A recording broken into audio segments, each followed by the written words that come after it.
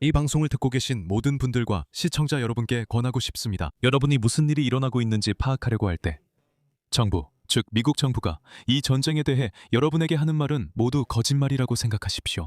이란에는 100만 명의 군인이 있습니다. 일반적인 군사 상식에 따르면 기본적으로 방어하고 있는 군대를 공격하려면 병력에서 3대 1에서 4대 1 정도의 우위를 가져야 합니다. 우리에겐 그런 군사력이 없습니다.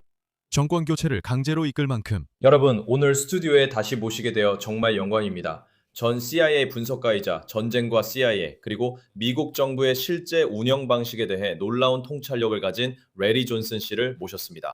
레리 씨, 다시 스튜디오에 오신 걸 환영합니다. 초대해 주셔서 정말 감사하고 다시 불러주셔서 기쁩니다.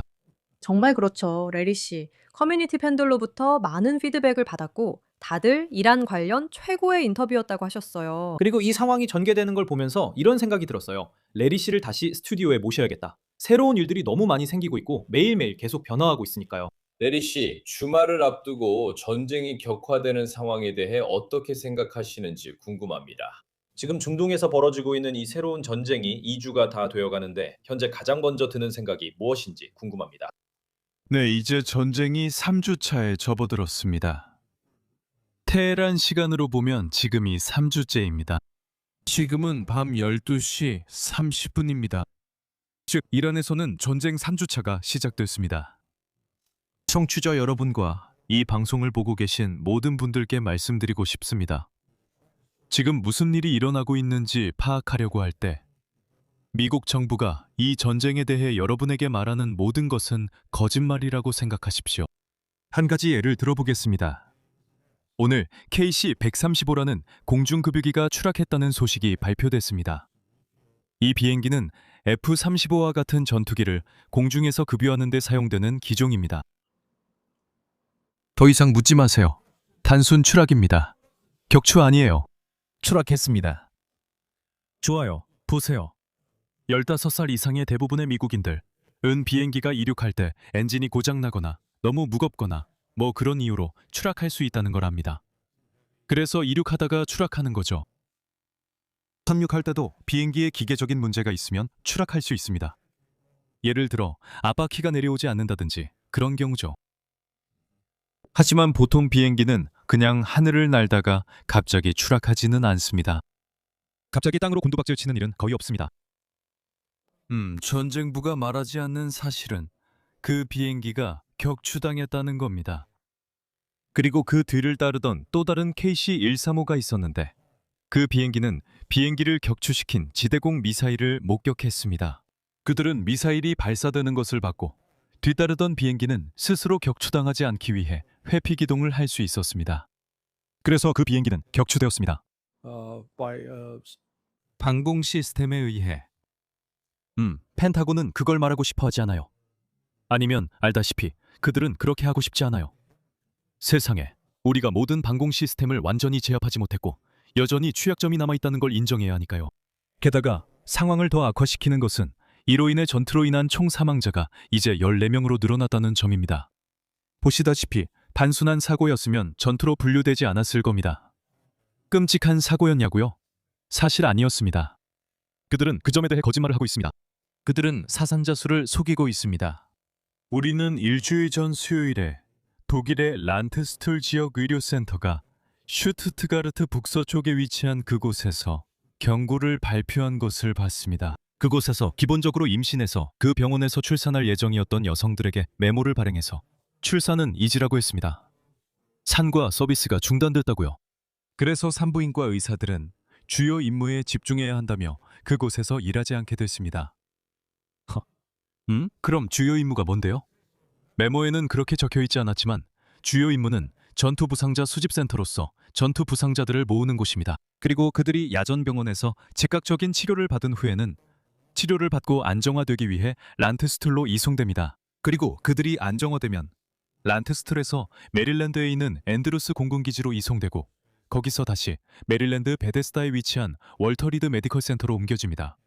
그곳은 위스콘신 애비뉴 바로 근처에 있습니다. 그래서 그게 지난주에 일어났던 일입니다. 그리고 사실 근처에 있는 유군 기지인 카이저 슬라우턴에서도 그들이 명령을 내렸습니다. 스타스 앤 스트라이프스지에 광고로 공지가 실렸습니다. 군용신문에서 우리는 많은 헌혈자가 필요합니다. 제발 와서 헌혈을 시작해 주세요. 라고 요청하고 있었습니다. 헌혈자가 필요합니다. 왜냐하면 중동, 페르시아만에서 많은 부상자들이 나오고 있기 때문입니다. 그리고 그에 더해서 지난주부터 최소한 7번의 의료 후송 비행이 있었습니다. 그러니까 거의 이틀에 한 번꼴로 의료 후송 비행이 이루어지고 있는 셈입니다. 그래서 매일매일 엄청나게 많은 부상자가 발생하는 것은 아니지만 그래도 7번이나 비행을 해야 할 정도로 충분히 큰 규모입니다. 또한 한두 명만을 위해 비행할 때도 있을 겁니다. 맞아요. 네. 그러니까 다시 말해서 레리, 우리가 당신을 이 채널에 모신 이유가 바로 이겁니다. 왜냐하면 지금 전쟁이 벌어지고 있을 때는 항상 우리가 전쟁의 안개라고 부르는 게 있잖아요. 무슨 일이 정확히 일어나고 있는지 알 수가 없죠. 분명히 현장에서 일어나는 일도 있고 언론이 보도하는 내용도 있고 또 레리 씨 같은 내부자나 지정학적 전문가들이 실제로 보고할 수 있는 내용도 있죠. 그리고 저는 그 점을 이해합니다. 그리고 여기서 한 가지 말씀드리고 싶은 게 있는데요. 이 슬라이드를 한번 보여드리겠습니다. 오늘 CNN에서 나온 내용인데 트럼프 행정부가 이란의 호르무즈 해협 전쟁 영향력을 과소평가했다는 내용입니다. 이것이 오늘 녹화 시점의 가장 큰 헤드라인입니다. 그리고 레리, 이 부분에 대해 당신의 생각을 듣고 싶었습니다. 왜냐하면 이제 언론에서 보도하기로는 트럼프 행정부가 이란이 실제로 호르무즈 해협을 봉쇄할 수 있을 거라고 예상하지 못했다는 내용이 나오고 있기 때문입니다. 이것은 매우 큰 이슈로 발전하고 있습니다. 왜냐하면 지난주 동안 우리가 본 것처럼 유가 시장이 매우 불안정하게 오르락내리락 했기 때문입니다. 그리고 스코티 패센트, 미국 재무부가 이제 모든 러시아산 석유에 대한 제재를 해제했다는 점도 흥미롭습니다. 왜냐하면 이것은 미국 정부가 러시아산 석유에 대한 제재를 해제한 큰 조치이기 때문입니다. 이것은 우리가 전략적으로 석유 비축량이 낮음을 의미하며 푸틴에게 큰 승리가 될 수 있습니다. 동의하시나요? 지금까지 이 전쟁의 가장 큰 수혜자는 정말 러시아와 푸틴이라고 볼 수 있을까요? 네, 맞아요. 푸틴이 지금 큰 돈을 벌고 있어요. 전쟁이 시작되기 전만 해도 러시아는 배럴당 대략 59달러의 석유를 팔고 있었다는 점을 기억해 보세요. 지금은 배럴당 거의 90달러에서 100달러에 근접하고 있습니다. 푸틴이 하루에 1억 5천만 달러 이상을 벌고 있다고 추정되고 있습니다. 러시아는 하루에 1억 5천만 달러 이상을 벌어들이고 있습니다. 그게 금방 쌓일 겁니다. 10일이면 10억 달러, 20일이면 20억 달러. 한 달이면 그렇게 됩니다. 한 달에 새로 30억 달러를 벌어들이는 거죠. 나쁘지 않죠? 하지만 이란 혁명 수비대가 호르무즈 해협을 봉쇄했을 때 무슨 일이 일어났는지 이해하는 게 중요합니다. 그리고 그들은 공격을 받은 바로 그날, 즉 침략 전쟁이라고 불리는 공격을 받은 첫날에 그렇게 했습니다. 같은 범죄입니다. 이것은 범죄입니다. 그것이 바로 나치가 느른베르크에서 기소된 이유입니다. 침략 전쟁을 시작한 것 때문이죠. 이란이 해협을 봉쇄했습니다. 그리고 해협을 봉쇄했을 때 문제는 석유뿐만이 아니었습니다. 그곳에서 나오는 주요 상품이 3가지나 있습니다. 석유 외에도 액화 천연가스는 주로 카타르에서 나옵니다. 그것은 전 세계 공급량의 25%를 차지합니다. 미국이 세계 최대 공급국이고 그 다음이 러시아입니다. 제 생각에 카타르는 3번째인 것 같아요. 그리고 그 외에도 요소가 있는데 여러분은 질소라고 생각하실 텐데 그게 바로 비료를 의미합니다. 페르시아만이 35%를 차지합니다. 전 세계 비료 시장의 35%를 차지합니다. 그래서 지금 페르시아만이 14일 동안 폐쇄되었습니다. 제품들이 나오지 못하고 있습니다. 그리고 그 결과, 우리는 석유 시장에서 극적인 급등을 보고 있습니다. 브렌트유는 지금 100달러를 넘었습니다. 지금요. 트럼프는 가격을 낮추려 말로만 시도했습니다. 전쟁이 곧 끝난다고 했지만 사실이 아니었습니다. 그러나 사람들은 그를 믿었습니다. 모두가 곧 끝날 거라며 곧 정상으로 돌아갈 거라고 했지만 아닙니다. 오랫동안 정상으로 돌아가지 않을 겁니다. 최대 6개월까지 걸릴 수도 있고 어쩌면 더 짧을 수도 있습니다. 하지만 이 모든 것은 미국과 이스라엘이 이란과 협상을 해야 한다는 사실을 인정하는데 얼마나 걸릴지에 달려 있습니다. 지금은 미국과 이스라엘이 전혀 받아들일 수 없다고 생각하는 협상이지만 이란은 반드시 그 협상을 요구할 것이고 서방은 선택의 여지가 없을 것입니다. 피테 엑셋이 뭐라고 하든 우리는 호르무즈 해협을 열 군사적 선택지가 없습니다. 정치적으로 받아들일 수 있는 선택지도 아니고 심각한 피해 없이 수행할 수 있는 선택지도 아닙니다. 지금은 그들이 페르시아만에 있는 작은 섬들 중 하나에 해병대를 상륙시킬 거라는 이야기가 돌고 있습니다. 아니, 우크라이나에서 2,500명 규모의 부대 같은 부대에 무슨 일이 일어났는지 아무도 신경 쓰지 않았나요? 그들이 한데 모여 있는 걸 볼 수 없습니다. 그들은 흩어져 있습니다. 왜일까요? FPV 드론이 그들을 추적해서 죽이기 때문입니다.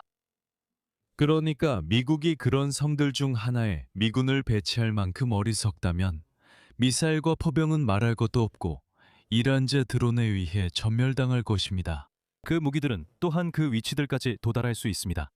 이건 트럼프 얘긴데 로버트 반스가 방금 베니 데이비스와 함께 출연했어요. 그리고 그는 트럼프 행정부 내의 고위급 인사들과 연락을 하고 있습니다. 그들은 트럼프가 미쳤다고 생각해요. 정말로 정신적으로 정상이 아니라고 봅니다. 그래서 우리는 수정헌법 제25조가 발동되어야 하는 상황에 처해 있습니다. 하지만 지금까지는 시온주의자들의 압력 때문에 그는 계속 자리를 지키고 있습니다. 그리고 그는 이 나라를 더 깊은 전쟁에 끌어들여 우리에게 심각한 피해를 줄 것입니다. 저는 지금 시점에서 인플레이션의 악순환이 시작될 것이기 때문에 이렇게 예측합니다. 이미 진행 중이지만 이제 더 악화될 것입니다. 지난 10일 동안 디젤 가격이 1달러 40센트 올랐습니다. 휘발유는 여러분이 사는 곳은 잘 모르겠지만 제가 있는 플로리다 브레이든턴에서는 일요일에 휘발유 가격이 50센트 올랐습니다. 수요일까지는 갤런당 15센트가 더 올라서 총 65센트가 올랐습니다. 그리고 어제는 5센트가 또 올라서 70센트가 됐습니다. 그러니까 불과 5일 만에 상당히 많이 오른 거죠. 그리고 특히 충격적이었던 것은 디젤 가격에 미친 영향이었습니다. 그러니까 그건 식료품이나 식료품점, 식당, 타겟, 월마트, BJ's, 프라이스 클럽 등으로 운송되는 모든 것에 영향을 미칩니다. 모든 가격이 오르게 될 거예요. 그 물건들을 그런 곳으로 운반하는 데만도 연료비가 더 많이 듭니다. 그러니까 이게 미국에서 인플레이션이 시작되는 동시에 실업이 늘어나고 있는 상황에서는 실업이 줄어드는 게 아니라 늘어나고 있는 거죠. 그래서 우리는 경제가 침체에 빠지면서도 멈출 수 없는 인플레이션의 소용돌이에 직면하는 바로 그 악몽 같은 스태그플레이션 상황에 처하게 되는 겁니다. 네, 저는 현재 네바다주 라스베이거스에 있는데 웰이 이곳에서 엄청난 증가세를 봤습니다. 오늘 출근길에 운전하면서 보니까 여기 근처 주유소에서 휘발유 가격이 갤런당 약 달러 40센트 정도 하더라고요. 이건 상당한 수치입니다. 제가 알기로는 약 일주일 전쯤에는 3달러 65센트 정도였던 것 같습니다. 그래서 이렇게 큰 폭의 상승을 목격한 거죠. 그리고 시청자 여러분께 꼭 말씀드리고 싶은 게 미국인의 65%가 월급에 의존해서 생활하고 있다는 사실입니다. 이 상황이 많은 사람들에게 큰 타격을 주고 있습니다. 별로 큰일이 아닌 것처럼 보일 수도 있지만 대형 트럭을 운전해야 하고 말씀하신 것처럼 식료품점과 식당의 모든 물류가 이런 비용에 영향을 받기 때문에 결국 이 비용들은 소비자에게 전가될 수밖에 없습니다. 인플레이션은 더 심해질 것입니다. 며칠 전에 발표된 고용 보고서를 봤는데 미국에서 9만 2천 개의 일자리가 사라졌습니다. 최근 발표된 경제 성장률은 0.07이었습니다. 그래서 우리는 미국 경제가 거의 하락세에 접어든 것을 보고 있습니다. 레비, 여기서 당신에게 포괄적인 질문을 드리겠습니다. 미국은 이제 되돌릴 수 없는 지점을 지나친 것인가요? 우리는 이제 정말로 출구가 없는 새로운 전쟁을 시작한 것인가요? 맞아요. 네. 출구는 있습니다. 그 출구는 이란의 요구를 수용하는 것입니다. 그리고 이란의 요구는 꽤 간단합니다. 첫째, 우리에 대한 모든 석유 제재를 해제해야 합니다. 둘째, 당신들이 파괴한 모든 것에 대해 배상금을 지급해야 합니다. 당신들이 죽인 1,000명, 2,000명이 넘는 사람들의 생명에 값을 매길 수는 없지만 최소한 당신들이 파괴한 일부 인프라라도 복구하려고 노력할 수는 있을 겁니다.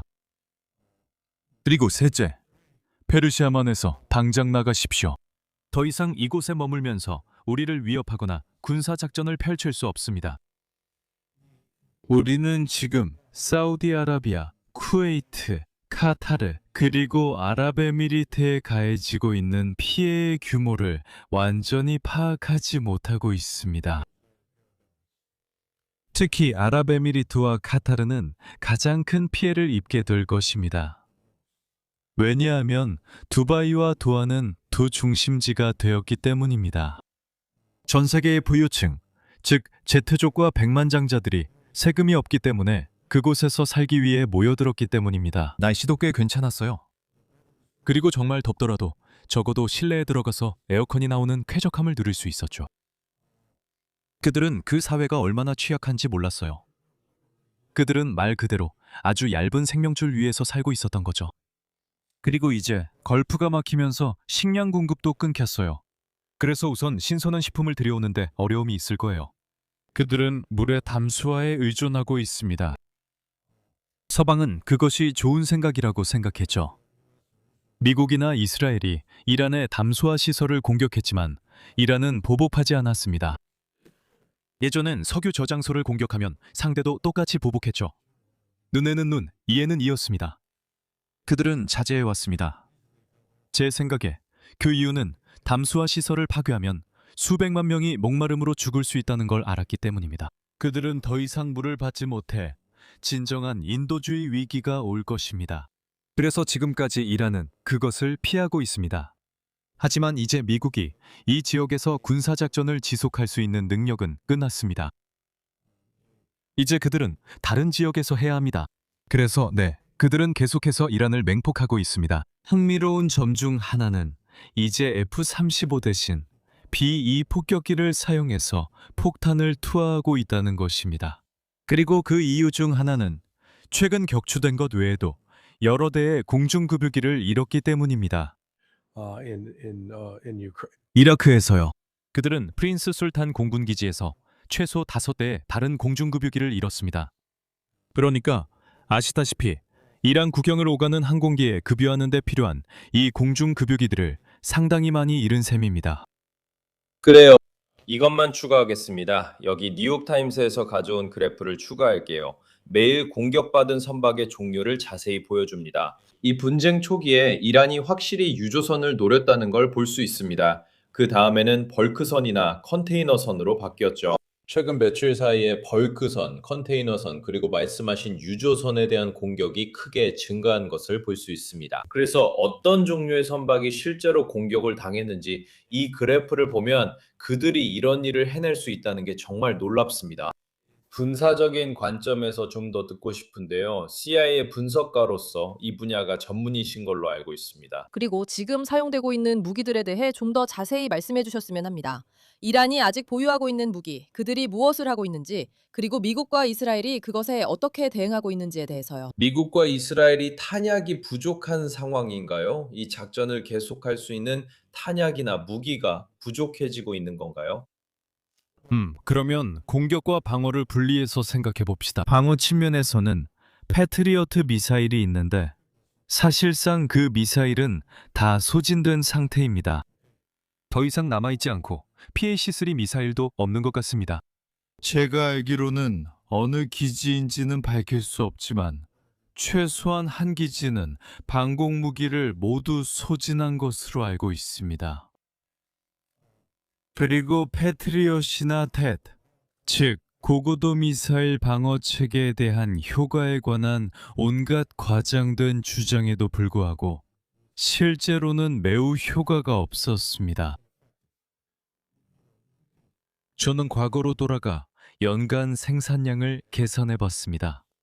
그래서 우리가 2015년 9월 첫 해로 돌아가서 그리고 2025년 12월 31일까지 미국이 생산한 총량을 보면 그렇습니다. 그리고 이것은 상한선 추정치입니다. 실제로는 더 낮았을 수도 있지만 적어도 4,620입니다.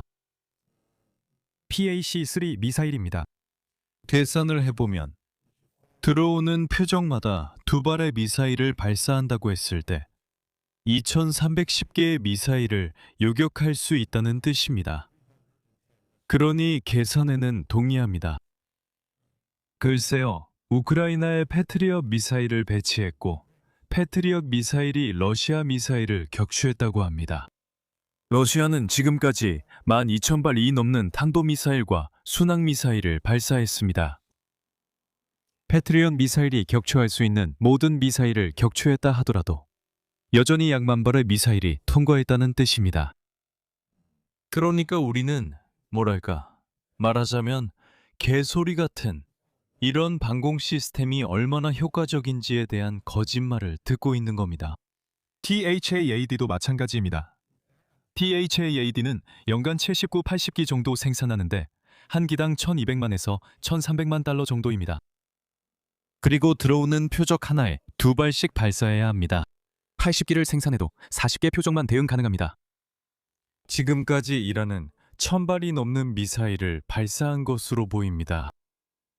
패트리엇 미사일이 1,000여 발의 미사일을 요격하는 데 사용되었습니다. 그것은 2015년 이후 생산된 전체 용량의 절반이 넘는 수치입니다. 이건 말이 안 돼요. 그래서 소위 방공 시스템은 돈 낭비입니다. 정말 그래요.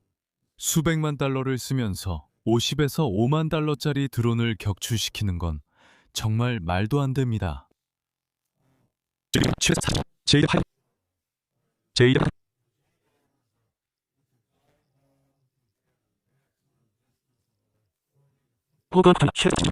비행기가 투하하면 40, 50마일 날아가 목표물을 타격합니다. 우리는 충분한 재짐도 보유하고 있습니다. 이건 역시 공중발사 미사일입니다. 그 미사일은 실제로 약 500마일의 사거리를 가지고 있습니다. 그래서 우리는 부족하지 않습니다. 우리는 토마호크 미사일이 부족해지고 있습니다. 우리는 연간 80, 90개만 생산합니다. 젠장, 지난 14일 동안 200개, 300개 이상을 발사한 것 같아요. 그래서 일부 재고가 소진되고 있습니다. 그리고 아시다시피 드러나고 있는 사실은 미국 국방 예산의 상당 부분이 쓸모없는 것들, 즉 전쟁에서 별로 효과가 없는 무기 체계에 쓰였다는 겁니다. 맞아요. 그리고 우리가 알게 될 것은 저는 정말 이 사실을 알게 되지 않기를 바랍니다. 만약 우리가 호르무즈 해협에 있는 이 섬들 중 하나에 해병대를 상륙시키는 일을 강행한다면 그들은 드론 공격을 방어할 능력이 없다는 사실을 알게 될 것입니다. 그들은 전멸하거나 알다시피 80, 90%에 달하는 사상자를 내며 괴멸당할 것입니다. 그리고 우리는 병력을 대규모로 집결시키고 뭉쳐둘 수 있었던 시절이 아니요, 그 시대는 끝났습니다. 그게 바로 지난 4년 반 동안 우크라이나 전쟁에서 얻은 교훈 중 하나입니다. 그리고 그것이 전쟁이 일부 평가에 따르면 실제로 매우 느리게 진행되고 있는 이유 중 하나입니다. 러시아군이 자신들의 피해를 최소화하고 있기 때문입니다. 그들은 병력을 분산시키고 있고 불필요한 위험을 감수하지 않고 있습니다. 그들은 서방 주장만큼 피해를 입진 않았지만 우크라이나군은 큰 피해를 보고 있습니다. 그리고 다시 한번 우크라이나군은 공격을 개시할 때 대규모 병력을 한데 모으려다 실수를 저질렀고 그 결과 하나씩 차례로 격파당하고 있습니다. 맞아요. 네, 레리. 시청자들이 이 셈법이 어떻게 돌아가는지 볼 수 있도록 통계를 가져왔습니다. 군사적 셈법은 미국의 많은 파트너들을 전율케 합니다. 패트리어트 요격 미사일은 한 발에 거의 400만 달러나 합니다. 미국은 2025년 한 해 동안 약 600기를 생산했습니다. 그리고 일부 추정에 따르면 2주도 안 되는 전쟁 기간에 이미 1000기 이상이 사용된 것으로 보입니다. 말씀하신 것처럼 제 생각에도 그 계산이 제대로 맞아떨어지지 않는 것 같습니다. 말이 안 됩니다. 모든 방어 시스템과 미사일에 대해 자세히 설명해 주셔서 감사합니다. 이번 주 초에는 더글라스 맥그리거 대령과도 대화했습니다. 그가 말한 통찰 중 하나는 지금 이란이 할 일은 살아남는 것뿐이라는 점이었습니다. 맞죠? 그리고 여기서 정말 중요한 부분은 분명히 미국과 이스라엘입니다. 그들이 원하는 것을 이루는 건 이란보다 훨씬 어렵습니다. 이란은 살아남기만 하면 됩니다. 그리고 제 생각에 여기서 문제는 우리가 다시 트럼프 대통령으로 돌아가 보면 말씀하신 것처럼 많은 사람들이 그가 실제로 말하는 것, 그의 명확한 목표에 대해 정말로 걱정하고 있다는 점입니다.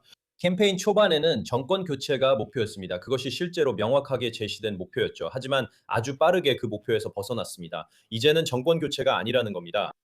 확실히 트럼프가 실제로 무엇을 이루고 싶은지에 대해 명확한 생각이 없는 것처럼 보입니다. 다음 질문 드리겠습니다. 이번 세 번째 전쟁에서 미국의 목표는 무엇인가요? 미국은 앞으로 어디로 가야 하며 실제로 이루려는 것은 무엇입니까? 글쎄요. 우리가 원하는 것은 얻을 수 없습니다. 우리는 정권 교체를 원합니다. 그래야 이란을 통제할 수 있는 누군가가 우리 말을 듣고 이란이 가진 석유와 가스 자원을 우리가 완전히 이용할 수 있도록 허락할 테니까요. 하지만 우리는 그것을 얻지 못할 것입니다. 그리고 우리는 그렇게 할 수 없고 정권 교체를 강제로 이끌어낼 군사력도 없습니다. 정군력만으로는 할 수 없습니다. 공군력은 매우 제한적입니다. 해군력으로도 어렵습니다. 해군은 이란 해안에 가까이 가면 침몰 위험 때문에 접근하지 못합니다. 그래서 결국 지상군만 남게 됩니다. 이란에는 민병대, 바시지, 정규군, 그리고 이란 혁명 수비대, GC는 그들은 100만 명의 병력을 가지고 있습니다. 일반적인 군사 상식에 따르면 방어하는 병력을 공격하려면 최소한 3대1에서 4대1 정도의 병력 우위가 필요합니다.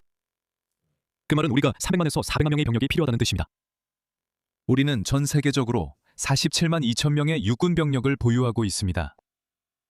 우리는 제 생각에 해병대가 11만 명이 있습니다. 그러면 좋아요. 그게 우리를 어디까지 올려주나요? 59만, 거의 60만 명이네요. 훌륭합니다. 우리가 해야 할 일은 240만 명을 더 모으는 것뿐입니다. 그게 얼마나 걸릴까요? 그 사람들이 이란에 어떻게 들어가고 우리가 그걸 어떻게 할 수 있죠? 아까 이 얘기했죠? 병력 어디 집결할까요? 사실 대규모 병력 집결은 불가능하죠. 23년 전에 우리는 해냈어요. 2003년에 이라크를 침공했을 때 우리는 모든 병력을 사우디아라비아와 쿠웨이트에 집결시켰어요.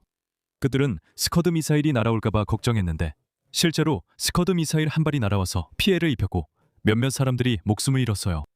하지만 대체로 그들은 자기 할 일을 하면서 훈련도 하고 조깅도 했어요. 오늘날에는 그렇게 하지 못할 거예요. 드론들이 그들을 추적할 테고 미사일은 정확해서 그들을 제거할 수 있죠. 그래서 그들을 이동시키고 터키 같은 곳에 배치해야 할 겁니다. 물론 터키가 협조한다면 말이죠. 디데이의 터키에서 A 지점까지 그들을 어떻게 이동시키나요? 그러니까 그렇게 대규모 병력을 이동시키는 건 엄청난 군수작전입니다. 그리고 이란은 그것을 무너뜨리고 격파할 수 있는 위치에 있습니다. 그래서 우리는 실제로 지상군 투입이라는 해결책이 없는 셈입니다. 맞아요. 그 말이 맞네요. 제 생각에도 그게 정말 많은 미국 대중을 결집시키는 계기가 될 것 같아요. 제 생각에 미국에서는 아마 많은 사람들이 지금까지의 작전, 그러니까 주로 공중 방어나 공중 전략이었기 때문에 어느 정도 관대하게 받아들이고 있는 것 같아요. 우리 해군 함정이 있긴 하지만 미군이 지상군을 투입하면 미국의 치명적 결과가 올 것이라 생각합니다. 그러니까 당신이 말한 핵심은 정말로 물리적인 부분이에요. 말씀하신 것처럼 군인들을 A 지점에 실제로 배치하는 것, 그 첫 단계만 해도 엄청난 과업이라는 거죠. 네, 맞아요. 그러니까 그건 현실적으로 불가능하다는 거죠. 그리고 이렇게 말하는 사람들은 미국 군사 능력에 대해서도 물류에 대해서도 아무것도 모르는 사람들이에요. 그러니까 만약 우리가 이란에 병력을 투입했다고 가정해 봅시다. 그 병력들을 어떻게 지원하겠습니까? 그들에게 탄약과 포탄을 어떻게 보급하겠습니까? 사실 포병을 사용할 거라면 그 포병 장비들을 이동시켜야 합니다. 대형 트럭이 필요하죠. 그 말은 연료가 필요하다는 뜻이네요. 연료는 어디서 구하죠? 그리고 그동안 이란이 반격하지 않는다고 가정하고 있는 거죠. 그들은 분명히 반격할 겁니다. 그래서 제가 미국이 이란이 우리 뜻을 따르도록 강요할 수 있는 좋은 군사적 선택지가 없다고 말한 이유가 바로 이겁니다. 하지만 이란은 호르무즈 해협을 통제하고 국제 경제 활동을 마비시킴으로써 그런 힘을 가지고 있습니다. 그 과정에서 그들은 다른 나라들이 찾아와서 우리 다시 친구가 될 수 있을까요? 라고 말하게 만들 수 있습니다. 인도도 방금 그렇게 했습니다. 저는 이란이 인도에게 분명히 꺼지라고 할 줄 알았어요. 하지만 이란은 알다시피 계획이 영리합니다. 인도는 사실상 애원하면서 우리 친구가 되어주세요. 미안합니다. 라고 했습니다. 우리가 더 일찍 목소리를 냈어야 했어요.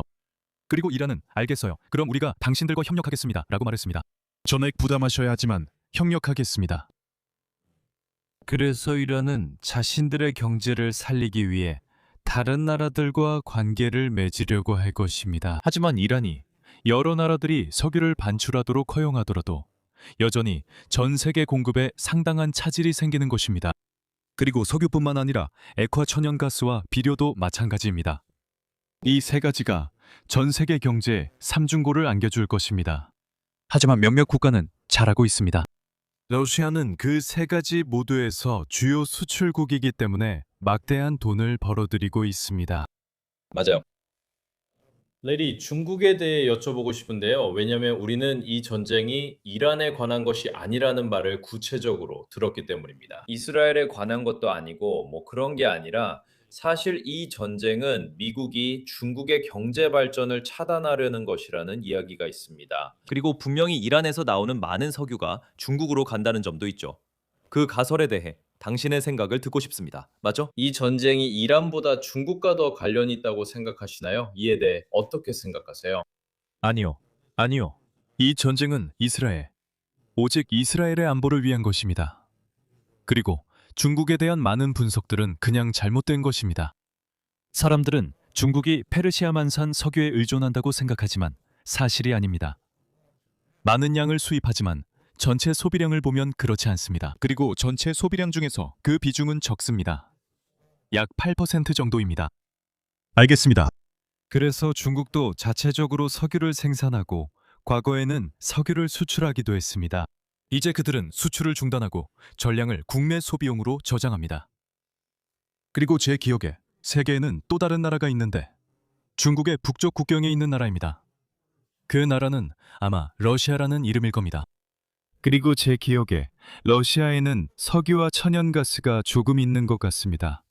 네, 그리고 그러니까 파이프라인을 건설하고 있습니다. 이 모든 것은 러시아와 중국 간의 경제 관계를 확장하고 공고히 할 것입니다. 미국이 50년 동안 막으려고 했던 바로 그 일입니다. 그건 알다시피 마치 고스트버스터즈의 한 장면 같았어요. 거기에는 시고니 위버와 릭 모라니스가 있었죠. 그리고 그 둘을 떨어뜨려 놓아야 해요. 만약 그들이 함께하게 되면 세상이 끝날 거예요. 그러니까 그게 바로 우리가 러시아와 중국을 떨어뜨려 놓아야 한다는 거였죠. 그런데 이제 우리는 그들을 하나로 모아놨고 그들의 관계는 약해지기는커녕 점점 더 강해지고 있습니다. 그리고 그 결과로 미국의 입지는 정치적으로나 경제적으로나 전 세계적으로 약해지고 있습니다.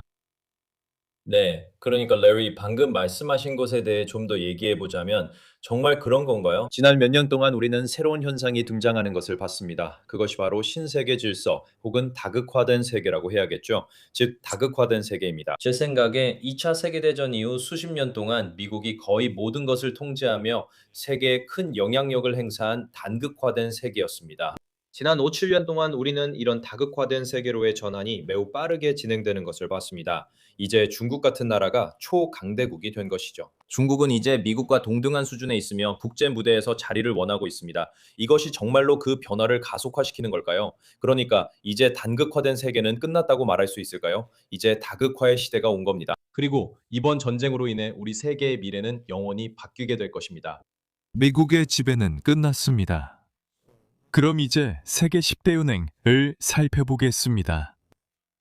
중국이 목록을 장악하고 있습니다. 상위 10개 공과대학입니다. 중국이 그 모든 분야에서 최상위에 있습니다. 그 글로벌 순위에서 미국에서 가장 높은 공과대학은 MIT로 13위입니다. 자, 그래서 엔지니어 수, 스템 졸업생 수 모두 중국이 압도적입니다. 생산과 산업을 좌우하는 가장 중요한 경제 분야에서요.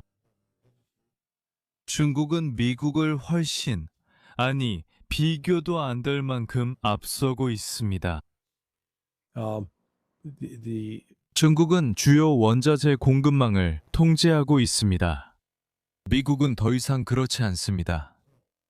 그래서 중국이 이제 세계 경제의 중심이 되어가고 있습니다. 그리고 중국과 협력하는 것은 경제적으로 생존하고자 하는 국가들에게 필수적이 될 것입니다. 분석이 하나 있었는데요. 인사이드 차이나 비즈니스라는 유튜브 채널에서 진행된 것이었습니다. 그리고 케빈 왈슬리는 중국에서 15년 동안 살아왔고 항상 훌륭한 분석을 제공하고 있습니다. 그리고 그는 일론 머스크가 중국인들과 경쟁할 휴머노이드 로봇, 즉 다양한 작업과 건설을 수행할 로봇을 만들려고 한다고 지적했습니다. 그리고 그는 그것이 일론에게 경제적으로도 전혀 실현 가능하지 않다는 것을 보여줍니다. 중국인들이 상당한 이점을 가지고 있습니다. 그렇다면 왜 중국이 이란을 지원하는 걸까요? 이란은 정말로 역사적인 교차로에 위치해 있습니다. 2000년 전으로 거슬러 올라가 보면 상인들이 실크로드를 따라 이동하면서 이란에 들어왔고 이란을 거쳐 결국 지중해까지 갔다는 사실을 알 수 있습니다. 이란은 항상 중요한 무역 교차로였으며 지금도 그렇습니다. 러시아는 이란을 남북 회랑으로 만들고자 합니다. 그러니까 이 전쟁은 부분적으로는 이스라엘의 이익을 위해서였지만 아마도 그 경제적 진보를 방해하기 위한 목적도 있었을 것입니다. 이제 이틀 전만 해도 브릭스는 브릭스에게 재앙이 될 것처럼 보였습니다. 하지만 오늘 이란이 인도가 안정적으로 석유에 접근할 수 있도록 도울 것이라는 발표가 나오면서 내부 분열의 가능성이 있음을 보여줍니다. 그들은 이제 그 문제를 해결하기 시작했습니다. 저는 모디가 이스라엘에 아부하고 미국에 아부하려고 했던 것이 매우 어리석은 행동이었다는 것을 뒤늦게 깨달았다고 생각합니다. 이제 그는 그들이 패배자라는 걸 깨달았습니다. 그들은 질 것입니다. 그래요. 그리고 제 생각에는 인도는 세계에서 가장 빠르게 성장하는 경제 중 하나라고 생각해요. 그래서 알잖아요. 모디 총리 입장에서는 그 경제를 지원하기 위해 할 수 있는 모든 일을 해야 하죠. 그게 바로 석유에 대한 접근권을 확보하는 거고요. 맞죠? 석유는 경제의 중추입니다. 앞으로도 주요 동력이 될 거예요. 그래서 저는 그게 흥미롭다고 생각해요. 왜냐하면 인도는 항상 양쪽 모두와 관계를 유지하려고 하는 역할을 해왔으니까요. 그렇죠? 그들은 브릭스에 속하고 싶어 했지만 동시에 미국과도 좋은 관계를 유지하고 싶어 했어요. 일종의 이중 전략이라고 할 수 있죠. 결국 세계에서 가장 빠르게 성장하는 경제 중 하나라면 성장을 위해 석유가 필요해 거래하게 될 것이라 생각해요. 그리고 아마도 방금 예측하신 것처럼 더 많은 나라들이 이란과 거래를 하기 위해 협상 테이블에 나올 거라고 생각해요. 왜냐하면 그들은 그 석유와 당신이 언급하신 해협의 다른 자원들에 접근해야 하기 때문이죠. 네, 이것이 바로 경제적 혼란입니다. 그래도 시장은 여전히 부정하고 있습니다. 하지만 제가 아까 봤을 때 미국 주식 시장은 오늘 또다시 폭락했고 120포인트가 더 하락했습니다. 기억나세요? 펜본디가 3주 전인가 4주 전쯤 자랑했던 거요? 주식시장이 5만 포인트에 도달했다네요. 지금 바우존스 주식 시장은 46,500에 있습니다. 와, 3주 만에 3,500포인트가 하락했네요. 그거 좋지 않은데요? 좋지 않죠. 그리고 거기에는 단서가 하나 더 있어요. 미국 주식시장에 대한 분석이 있었는데 실제로 전 세계 다른 개발도상국들과 비교한 내용이었거든요. 작년 기준으로 트럼프 행정부는 우리는 대단한 한 해를 보냈다. 다우지수가 5만에 근접하고 모두가 승자다. 지금이 미국의 황금기다라고 자랑하고 싶어 했던 것 같아요. 하지만 실제로 다른 나라들과 다른 주식시장들과 비교해 보면 미국은 전 세계 23개 선진국 중에서 21위를 차지했어요. 그래서 알다시피 맞아요. 다우지수가 5만에 근접하고 있다고 할 수 있죠. 그리고 흥미롭게도 그 인터뷰에서 그녀는 실제로 앱스타인 파일에 대해 질문을 받았는데 그녀는 사실 누가 신경 쓰냐고 했어요. 왜냐하면 다우지수가 5만이니까요. 그게 바로 여러분이 기사로 써야 할 내용이라고 했죠. 그게 우리가 이야기할 주제입니다. 하지만 물론 이제 갑자기 트럼프는 자신의 대통령 임기에서 가장 큰 업적 중 하나였던 주식시장의 성공과 모든 것을 잃고 있습니다. 레리, 이제 시간이 거의 다 됐군요. 당신의 솔직하고 깊은 통찰력이 인상적입니다. 이런 내용은 서구 언론에서는 볼 수 없기에 우리가 유튜브 채널과 독립 언론을 하는 이유입니다. 그래서 여기서 좀 더 포괄적인 질문을 하나 드리고 싶습니다. 지금까지 서방이 이란에 대해 저지른 가장 큰 오산은 무엇이라고 생각하십니까? 이란이 극단적이고 테러와 폭력에 집착하는 급진적인 이슬람 집단이라는 점입니다. 그 자체가 가장 큰 거짓말입니다. 역사를 되돌아보면 사실은 1980년 9월 미국이 사담 후세인에게 이란과의 전쟁을 시작하도록 독려했음에도 불구하고 그때는 아직 지미 카터가 대통령이었고 지비그뉴 브레진스키가 그의 국가안보 보좌관이었습니다. 그리고 1983년에 레이건 행정부가 그 지원을 계속했습니다. 돈 럼스펠드라는 사람 들어봤을 겁니다. 그는 사담 후세인과 만났습니다. 그는 이라크의 화학무기를 제조하는 데 사용된 화학 전구체를 제공하는 통로 중 한 명이었습니다. 이 대량 살상 무기는 이란을 상대로 사용되었습니다. 이 시기는 83년 8월에 시작되어 6년 동안 계속되었고 1988년 8월에 끝났습니다. 서방에서 본질적으로 제공한 화학무기로 6년 동안 공격을 받는 동안 이란은 결코 같은 방식으로 보복하지 않았습니다. 그들은 화학무기를 개발하지 않았습니다. 그들은 화학무기를 사용하지 않았습니다. 그리고 그들이 그렇게 하지 않은 이유는 당시 아야톨라 하메네이 또는 호메이니가 그것이 죄라고 생각했기 때문입니다. 이것은 하메네이가 이란이 핵무기를 만들지 않겠다고 선언하기 전의 일이었습니다. 하지만 이란은 그 길을 가지 않았습니다. 그들은 그것을 죄로 여겼습니다. 그래서 아시다시피 실제로는 그려지는 것과는 꽤 다른 모습을 보게 됩니다. 이란은 시아파가 지배적인 이슬람 공화국으로서 수니파 극단주의자들, 알카에다, 그리고 ICIS에 속했던 사람들과는 완전히 다른 태도를 가지고 있습니다. 그들의 이슬람 해석에 따르면 오직 자신들만이 진리를 가지고 있고 그 진리를 따르지 않는 모든 사람들은 배교자이며 반드시 죽여야 한다고 규정하고 있습니다. 그래서 그 수니파 극단주의자들은 수년 동안 시아파 무슬림들을 죽여왔던 것입니다. 그래서 솔레이마니 장군의 지휘 아래 이란인들은 시리아에 들어가 바샤르 아라사드를 지원했습니다. 이는 알카에다, ICIS, 알노스라, 그리고 시아파 무슬림을 진정한 무슬림이 아니라고 공격할 뿐만 아니라 알라위파와 기독교인들까지 공격하던 급진 이슬람 분파들에 맞선 지원이었습니다. 그러니까 그게 바로 이란이 테러의 1번 후원국이 아니라는 그 거대한 거짓말을 이해하는 것입니다. 사실 이란의 소행으로 지목되는 이른바 테러 행위라고 불리는 모든 사건들을 보면 그것들은 미국이 이란에 했던 일들에 대한 반응이었고 미국의 이란 공격에 대한 반응이었습니다. 그리고 그들은 계속하지만 우리가 본 것처럼 제가 해수담 수화 시설을 언급했듯이 우리가 그 시설을 공격했음에도 불구하고 이란은 그로 인해 발생할 수 있는 잠재적인 피해를 인식했기 때문에 똑같이 대응하지 않았습니다. 그리고 그 지역 다른 무슬림들에게 불필요한 죽음을 초래할 수 있기 때문입니다. 그들이 수니파 무슬림이라도 마찬가지입니다. 맞아요. 정말 훌륭한 통찰력이네요, 렐이. 역사적 맥락 설명도 감사합니다. 그들은 항상 1980년대 초 지미 카터와 레이건 시절까지 거슬러 올라가곤 하죠. 그래서 역사를 공부해 이런 일들의 배경을 이해하는 게 정말 중요하다고 생각합니다. 도널드 램스펠드가 사담 후세인에게 제공한 물자가 화학 무기로 쓰이기도 했고 이런 일들이 있었습니다. 제 말은 이런 맥락은 우리가 자주 듣지 못하는 부분이죠. 그래서 우리는 이 유튜브 채널을 운영한다고 생각합니다. 더 많은 사람들에게 교육하고 세상을 이해하려고 노력하기 위해서죠. 레디, 마지막으로 한마디 해주세요. 그리고 한 가지만 더 여쭤보고 싶은데요. 선생님의 작업을 어디서 찾을 수 있을까요? 유튜브 채널도 운영하시는 걸로 알고 있고 서브스택도 있으시죠? 우리 시청자분들께도 그 정보를 직접 말씀해 주시면 좋겠습니다. 그래야 계속해서 선생님의 놀라운 통찰을 따라갈 수 있을 테니까요. 네, 유튜브에서 저를 찾으실 수 있습니다. 카운터 커런츠라는 채널이 있는데요. 거기에 일주일에 한 번 정도 영상을 올립니다. 활동이 아주 많지는 않습니다. 제 주요 플랫폼은 블로그 소나21.com이며 레리 시전선, 소나21, 서브스택도 운영합니다. 그걸로 검색하실 수 있고 그곳은 점점 성장 중입니다. 현재 약 1만 1000명 정도 있습니다. 구독자가 있습니다. 모두 유료는 아니고 소수만 유료지만 괜찮습니다. 저는 사람들이 정보를 얻는 게 더 중요하다고 생각합니다.